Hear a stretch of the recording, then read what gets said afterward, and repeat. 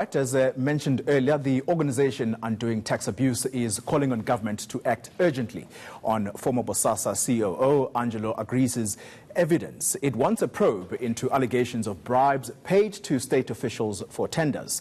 OUTA also wants government to consider cancelling all existing contracts with the company now known as African Global Operations. Joining us now is OUTA's CEO, Wayne Duvenage. And I suppose the question to ask there, Mr. Duvenage, is, first of all, you're calling for a review and urgent cancellation of all these contracts that African Global Operations has with government.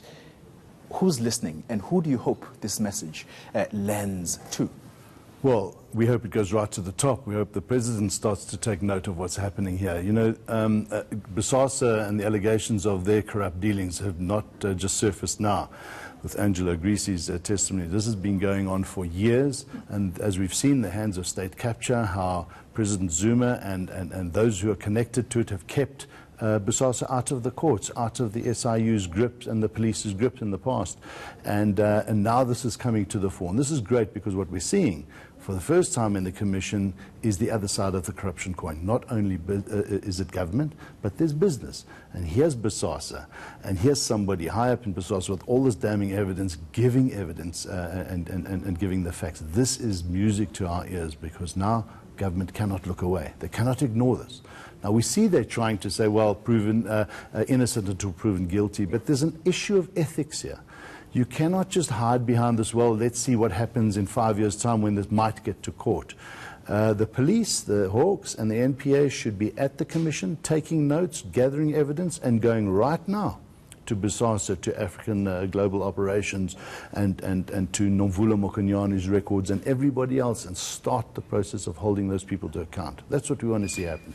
Does this, though, give any hope to the public, the statements from the governing party that we're not going to act on untested allegations? Yes, he may have brought some evidence with him, Angelo Agrizzi this is, but we're not going to act on the basis of... Well, it spells out clearly that you have a ruling party than a governing party who's a bit schizophrenic. They have acted on far less in the past to remove people from office. And here they are now with damning evidence. You know, Nomvula Mokonyane hasn't come out guns blazing to say that what is being said here by Angelo is you know, tantamount to defamation, and she would sue him accordingly, because that would be good if she did.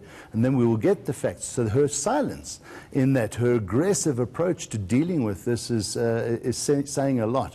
So the ruling party now, in an election coming up, the public are starting to see its true colors. If it's not going to act with sufficient evidence, not just based on the fact that this must still be heard in court, there's enough here to say there are a number of people that are extremely, deeply implicated, and you cannot ignore this. So the public are watching with an eager eye. And it's interesting that you keep bringing up the name of the Environmental Minister, Environmental Affairs Minister Nomvula Mokonyane, because in her statement, people were pointing out that she doesn't say that I never took a bribe, nor did I receive these bribe packs.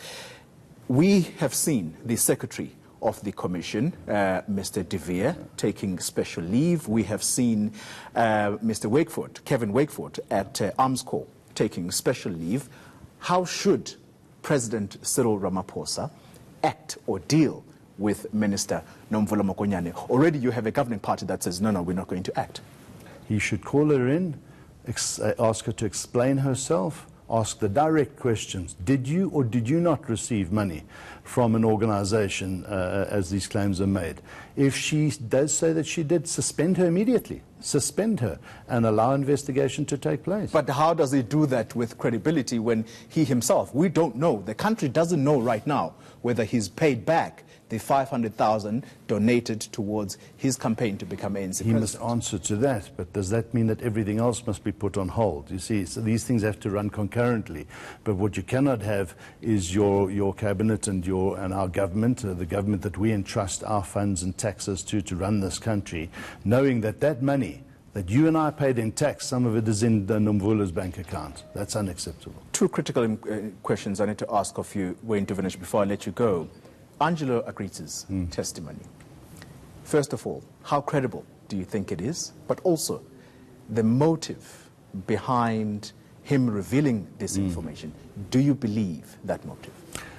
Yeah, look, I think it was Julian Assange that said that bringing evidence out in this matter is the biggest killer of corruption. So we need people like this to come forward. Now, his motive for this, I guess it could be multifaceted. It might just be that with the new NPA and the new energy and the Hawks and the SIU, he knew that his fate was coming anyway. So by doing this, he gets maybe some leniency. Who knows? And that still has to be played out.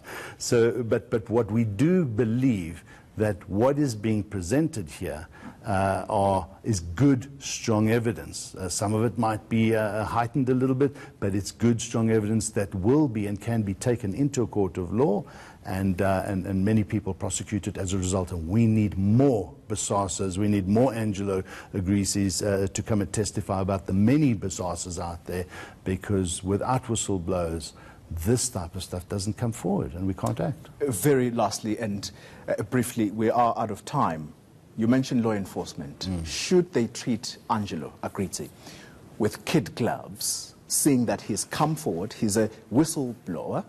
You describe him in your statement as carrying out or being a brave act that, that what he's doing. How should law enforcement treat him? In other words, coming out of the State Capture Commission of Inquiry, should he be charged? Absolutely. We don't see why not, but we imagine that behind the scenes there is some discussion about some leniency. What we've got to be careful of is there are many people in the same position as him now, scared about what do they do, and we've got to encourage them to come forward.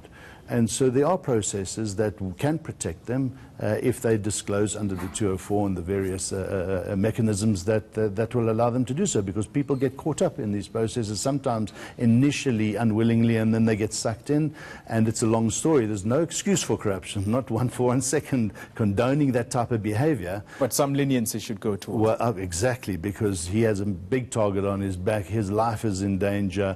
I would no doubt believe that. And we need more of them. So let's encourage the many, the hundreds out there that have got damning evidence against many others. And I'm talking now not only at national government, right down to local government. There are hundreds of Bosasas in every municipality, we believe. All right, Wayne Duvenich, thank you very much for your time. He is Outers CEO. Well, let's continue.